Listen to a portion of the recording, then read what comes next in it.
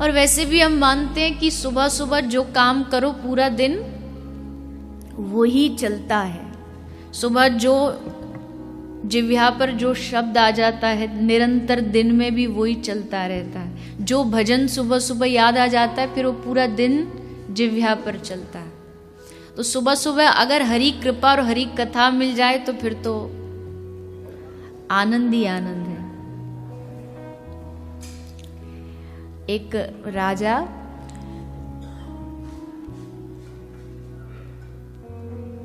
सुबह सुबह महल से बाहर निकला, तो जैसे बाहर निकला उससे सामने एक फकीर दिखाई दिया। अब फकीर को उसने देखा, फकीर अपनी मस्ती में था, कोई उसको न दुनिया से लेना न देना। उसको देखा राजा ने, प्रणाम कर लिया, देखने में अच्छा लग रहा था, कोई साधु महापुरुष, प्रणाम कर लिया, आ गया। अब दोपहर का भोजन करने बैठा था, तो भोजन करते करते उसके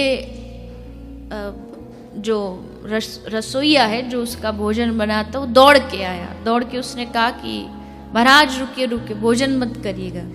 बोले क्यों? आपका जो भोजन था उसमें एक छिपकली गिर गई थी, तो ये विषैला हो गया है भोजन, तो आप इसे मत करिए। राजा ने भोजन नहीं किया, भूखा रहा। और आज उसको क्या ईर्ष्या होगी, पूरे दिन ही नहीं खाया उसने, पूरे दिन भूखा रहा। अब बैठा बैठा सोच रहा है कि आज मुझे भोजन प्राप्त नहीं हुआ, आज मैं पूरे दिन मुझे भूखा रहना पड़ा, ऐसा सुबह सुबह किसका मुंह देख लिया।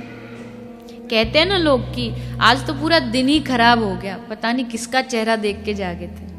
पर ये नहीं पता होता उनको कि आईने में अपना ही चेहरा सबसे पहले देखते हैं। तो अब उसे याद आया, बोले एक फकीर का चेहरा देखा था। तो उसने ढोल बजाया कि उस फकीर को बुलाया जाए। फकीर को लाया गया, कहा कि इसको सूली पर चढ़ा दो। फकीर मुस्कुरा रहा है। तो राजा ने उससे कहा कि तू मरने जा रहा है, तू मुस्कुरा रहा है। तो फकीर पूछता है कि राजा जी फांसी पे तो चढ़ा देना, पर पहले ये बताओ कि मेरा अपराध क्या है। दंड तो दोगे पर पहले अपराध तो बता दो। बोले तुम्हारा अपराध ये कि तुम्हारा चेहरा अशुभ है, तुम्हारा सुबह सुबह मैंने मुंह देखा तो मुझे पूरे दिन भूखा रहना पड़ा।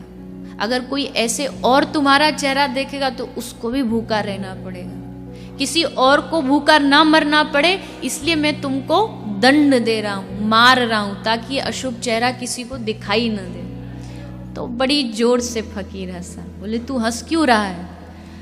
तो उसने कहा कि राजा जी आपने मेरा चेहरा देखा, मेरा चेहरा अशुभ आप मान रहे हैं, तो आपको तो चलो कम से कम भोजन ही नहीं मिला, पर सोचो आपका चेहरा कितना अशुभ है कि मुझे भोजन छोड़ो मेरे प्राण तक भी आज जा रहे हैं सिर्फ आपके सुबह सुबह चेहरा देखने। राजा तुरंत अवाक हो गया, ये क्या भूल कर रहा हूं।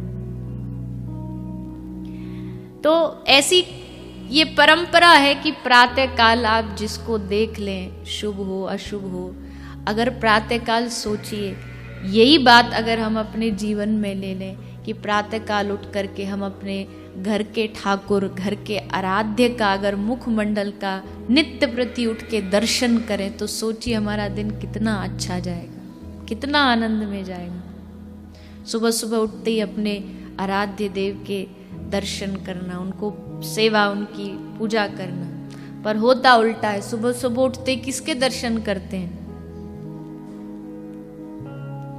पहले के समय में तो परिवार के करते थे, आज के समय में एक और फैमिली मेंबर हो गया ना, वो हेलो, वो नहीं छोड़ता पीछा कहीं भी। तो सुबह सुबह ही उठते पहले चेक करते हैं किस किस का मैसेज आया, कौन बोल रहा है, क्या कर रहा है। प्रयास करिए कि सुबह उठ करके आपको देखना भी है, थोड़ा बाद में कर लीजिए, पहले अच्छे से स्नान ध्यान करिए, उसके बाद अपने ठाकुर की पूजा करिए, कुछ माला कर सकते हैं माला उस समय करिए, फिर दूसरे कार्यों में लगिए।